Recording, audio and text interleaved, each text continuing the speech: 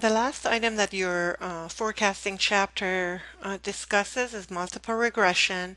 You have studied regression earlier in this course, but not necessarily multiple regression. So I'm going to show with the demonstration problem in that chapter the use of Excel. So with multiple regression, you need to have one dependent variable, that is the variable to be forecasted or predicted, and then you can have more than one independent or X variables. In this example, we're going to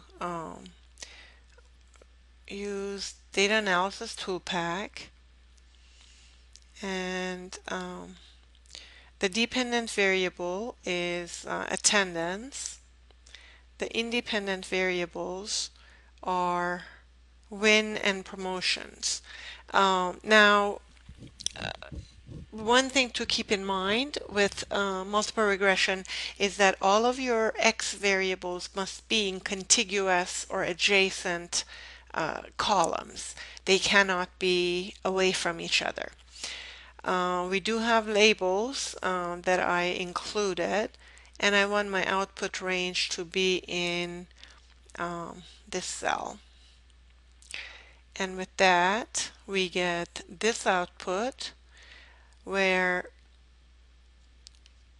we have the intercept and the two slope coefficients.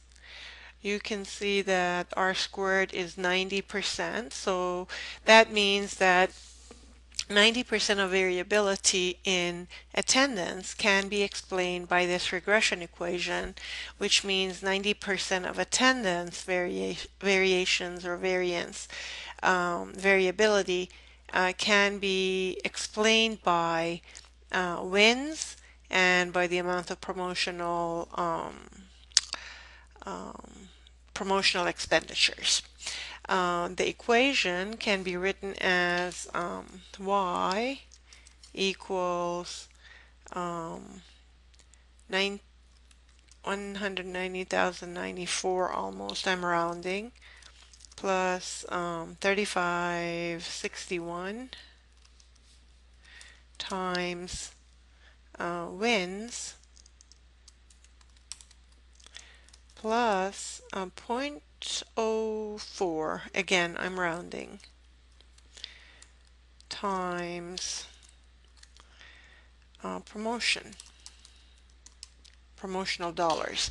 So what this means is for every dollar of promotional expenditure that we spend,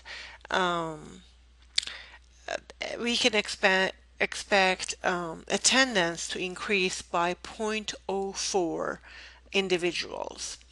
And it also says that for every win that the team has, that the number of people who may attend, the number of people who attend will increase by about 3,561 people. Okay, I think, and the significance level for this test is pretty good.